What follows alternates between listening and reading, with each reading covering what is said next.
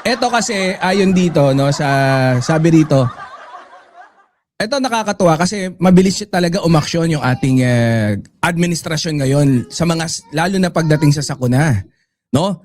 Andiyan yung pagtulong ng DSWD, agarang pagtulong ng DSWD diyan sa Tacloban City, Albay para dun sa mga nasalanta or posibleng tamaan pa ng aktibidad ng Bulkang Mayon, no? So ayan, namimigay sila ng pagkain, syempre inaasikaso pati yung kalusugan ng mga ating mamamayan.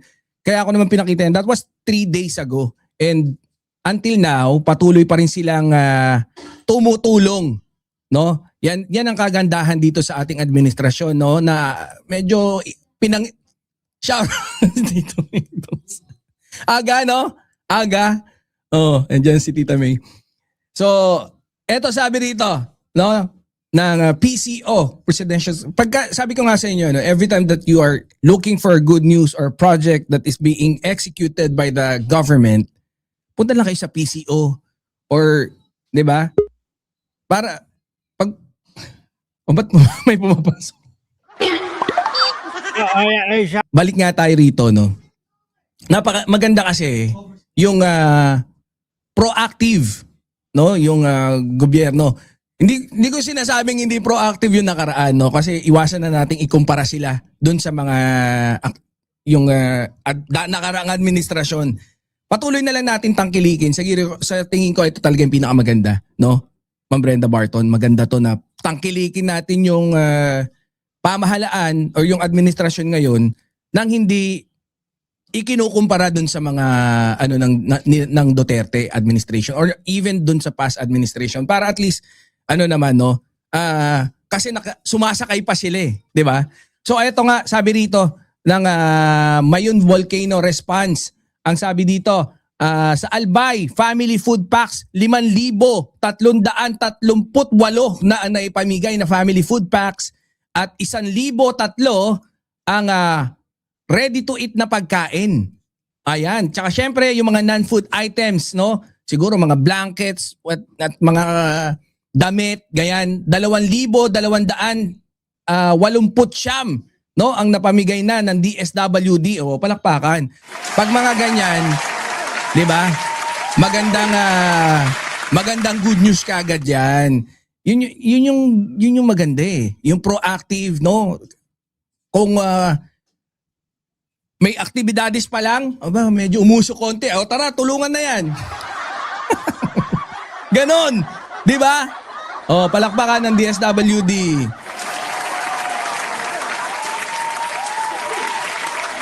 Ito, napanood na natin yan eh. Ito, sabi dito, tingnan nyo, sobrang busy talaga yung Pangulo natin, no? Day after day after day after day, day by day. Tingnan nyo yung kulang na lang hatiin yung katawan para pag mapuntahan talaga lahat eh. Pero araw-araw. So 365 days of the year. Oh, pagpalagay mo ng 20 days yung bakasyon lang doon. 'Di ba?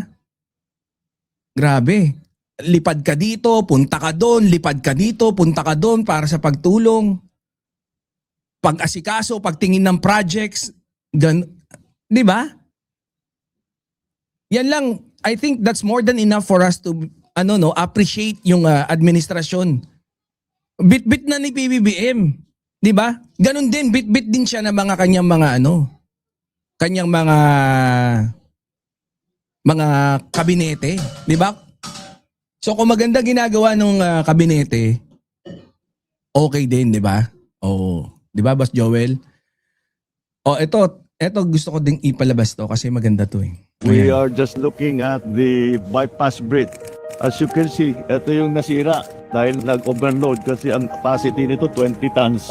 Dalawang truck na tigtay 20 tons yata ang bawat isa. Kaya minadali natin na maglagay nitong temporary, pero hindi na temporary. Pagkat nagawa na ito, hindi na natin na-alisin yan para may extra. Tamo, no? And you can feel it the way he talks about the project.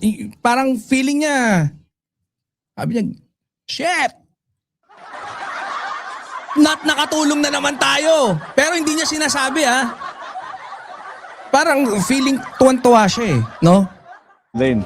So natapos natin itong bypass bridge pa in 60 days. Naitayo ito sa lupa na dinonate ng ating mabuting na mayor. Oh, nagdala si Mayor, no? Iwat ng pigatan. Salamat, Yung Mayor. ginamit na materials dito, naka-storage sa DPWH ng mga almost 15 years. Kaya nabuo ng 60 days. Oh. Guys, doon sa mga hindi nakakalam, yun nga, yung, ano na nga yan? So, yung bridge na, ano, yung Pigatan Bridge na nasira, no? Yun yung nasa kanan. Asan, pakita natin ha. So, yung yung bypass bridge naman, hindi, kanan, kaliwa. Dito sa picture na to, nasa kaliwa yung nasirang bridge.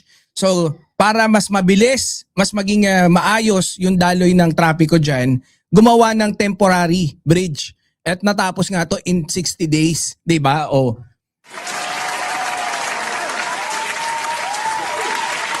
siyempre, kailangan dyan may yung political will, di ba? May nasigaw sa background. May sumisigaw daw sa background. Naririnig ba yung mga bata?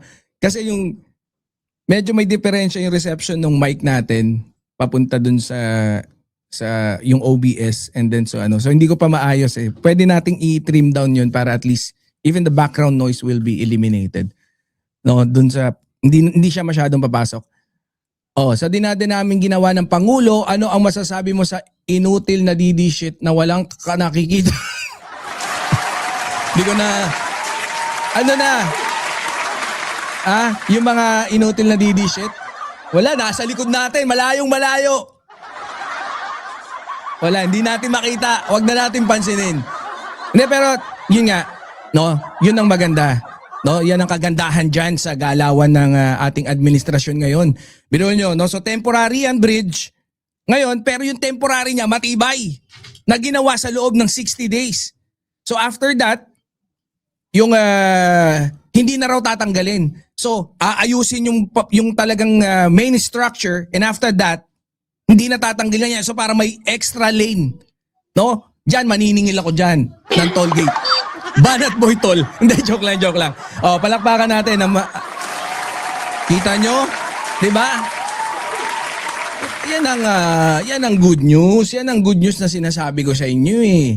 Nangaano kayo eh. Diba? Ganun mag-good news. Hindi yung good news tae. Oh. Anyways, proceed na tayo doon sa ating susunod na talakayin, ha?